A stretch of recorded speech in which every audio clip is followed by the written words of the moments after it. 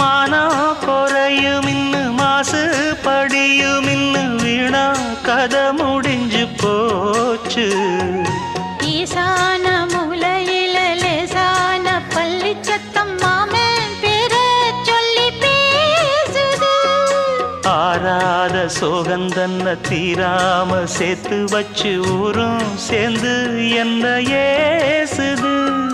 மாமா மாமா உன்னத்தானே எண்ணி நானும் நாளும் தவித்தேனே.